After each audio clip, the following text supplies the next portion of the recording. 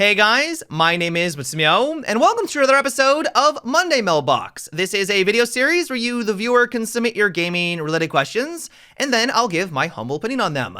To get the formalities out of the way real quick, if you'd like to submit your own question that could be featured in an upcoming episode, you can do so by leaving a comment down below, or by sending me a Facebook or Twitter message. The first question for today is, did you hear that Tachanka's rework is coming this season? Why do you think it didn't happen at the start of the season? I did hear about that. I believe it was on the Ubisoft forums. One of the developers or community managers basically came out and said that the Tachanka rework is still happening and it's going to be sometime this season. And if I had to take a guess, it's going to be a mid-season reinforcement. Now, why did they wait and delay it and didn't do it at the very beginning like a lot of people suspected? It could be for a couple of reasons. The one that I can think of is just to keep people involved with Rainbow Six Siege. You may have noticed, and this isn't just exclusive to this game particularly, almost all other games do this, they stagger content to keep people invested throughout the season to keep people playing. If someone gets bored and moves on over to another video game, they're less likely to come on back. And so one tactic that game developers use is to stagger that content to make things interesting for a really long time. This is the reason why we get mid-season reinforcements, why they add in those seasonal events like Rainbow Six Siege's Magic, the one with on Hereford base. These are all things to keep people playing the game. And so if halfway through the season they introduce the Tachanka rework, which everyone has been waiting for,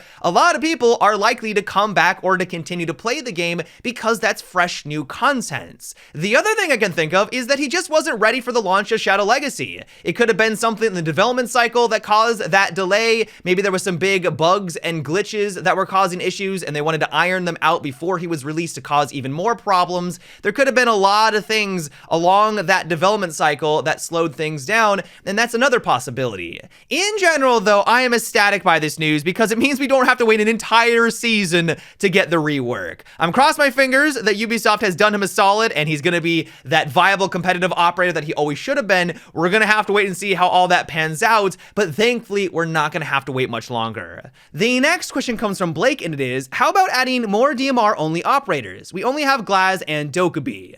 So I'm not completely opposed to the idea, but I think the reason why Ubisoft has kind of stepped away from adding in more characters like this, and you could even argue that Kali fits this category, is that they're incredibly hard to balance. Glaz has probably gone through more changes than any other operator in Rainbow Six Siege. I've said this multiple times. Like, he has gone through iteration upon iteration. They've changed pretty much every aspect of his kit, and he still has a hard time finding that sweet spot. Dokubi, when she first came out, was really powerful, but that wasn't necessarily because of her primary weapon. It was actually because her secondary weapon, the SMG-12, was admittedly overpowered. Now, thankfully, she's in a much better place now, but I wouldn't go on a limb and say that she's one of the more popular or stronger operators on defense. You see her every so often, but I think she is limited because really she has to rely on that primary.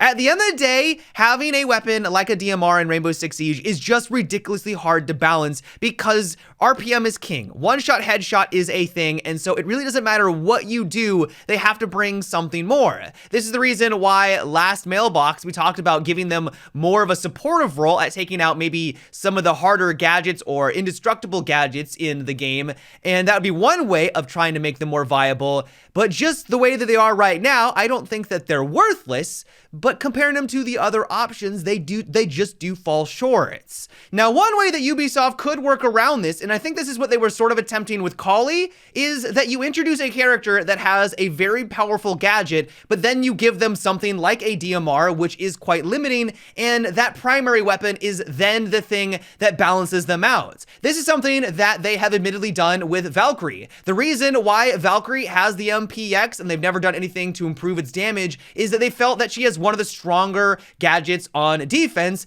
and they're right about that. And so to have a character that has a really strong gadget and then to buff or make her have also one of the strongest primaries, that wouldn't make any sense. Now, obviously, Ubisoft does not always follow these guidelines. If we just take a look at Jaeger, the reason why he's been one of the more popular operators for years now is that he has an incredibly powerful gadget and he has arguably one of the best primaries as well. But hopefully you kind of understand where I'm coming from. And so if they did want to introduce a new character in offense that had a really powerful powerful gadget, but then was limited by a DMR, that could be one way of trying to balance it out and introducing a fresh new mechanic into the game. In general, though, I think it's for that very reason why Ubisoft doesn't add a lot of these types of characters into Rainbow Six Siege. They have clearly tried to make it work with Glass. I mean, they almost did everything under the sun and always fell short. And so while I'm not opposed to the idea, I think it's for that very reason why we might not see anything like that in the near future. The next one comes from Michael, and it is, what if they slightly buff Castle to where you could reinforce his castle barricade? You could only reinforce one barricade per round and it counts as one of your normal reinforcements. So I don't know about you guys, but that doesn't sound like a small upgrade. That sounds like one of the biggest game-changing buffs they could give to Castle, like just hands down. Being able to, even if you need to use one of your other reinforcements, so that on some objectives, yeah, it may not be all that great because you just don't have enough reinforcements to be able to get his castle barricade alongside all the other walls, but you know that there's all of a sudden going to be some of those objectives where it just becomes almost impossible to do anything about it because they now don't really have any viable way of getting through that doorway. How many times have you played with a bunch of randoms? And I can imagine that this would be even a bigger deal at lower tiers like silvers and below, where people aren't really coordinating, they don't really understand the meta because they're brand new to Rainbow Six Siege, and no one brings a hard breacher. And so if all of a sudden you now have no way of getting through one of the main access routes onto the objective, I don't want to necessarily say it's, you know, good game for that round, but it's going to be very challenging for offense to actually work around that amount of obstacles. If you only have literally one extra way of getting inside, that's going to be very difficult. Now, things could be changing because of the addition of the secondary hard breaching gadget. People aren't going to have to rely on Hibana and Ace and things of that nature to get on through, but it would still be a gigantic obstacle that would make it very challenging, especially for those uncoordinated teams. And so in general, while I absolutely understand where you're coming from, Castle for the vast majority of the player base does feel very underwhelming, and it seems like he does deserve some sort of a buff, but I don't think this is the way of handling it. For me personally, I just think that he needs a better primary weapon. I don't know if Ubisoft is ever going to go down that path, but I think that the biggest thing that holds him back is that his primaries just leave a lot to be desired, and so if he had something that was slightly better that appealed to more players, that would kind of put him in that sweet spot.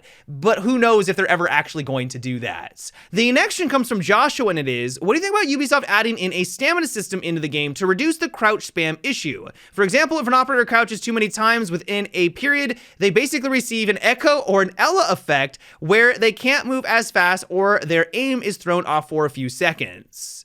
So it's no secret that I am not a fan of the constant crouching and lean spam that happens in Rainbow Six Siege. Just the other day, I was playing against some players, and it looked like they were literally doing the Macarena out in the distance. They were just bobbing up and down like crazy, and it's just not an enjoyable experience on the receiving end. Now, I understand that there is skill and there is practice, and it requires a lot of time investment to be able to do that kind of movement, but also maintain your accuracy and line up headshots on your end. Like, I completely understand that, but I just don't like that aspect about Rainbow Six Siege. And so to introduce something like what you recommended to try to at least make that not as impactful as it currently is, especially at higher levels, is something that I'm not completely opposed to.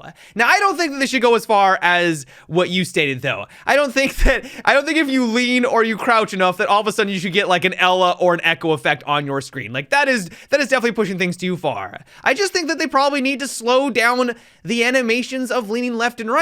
Now, I realize that not everyone is going to be on board with that idea. A while ago, Ubisoft slowed down the animations, and one of the complaints that players had was that it made the game feel slower and clunkier. And so to push it even further and make it slower to lean left and right, that is definitely not the direction that they would want Rainbow Six Siege to go down. But for someone like me, I would love that. I don't know about you guys, but when I see people constantly wiggle peeking around corners or popping up behind a deployable shield, leaning left and right really quickly, and then randomly getting a headshot, and then you're somehow supposed to predict where their head is going to be at any given moment, but it feels like it's impossible because of that sporadic movement, like that's not fun. Like I never enjoyed that aspect. And so I would like them to maybe just slow it down a little bit more.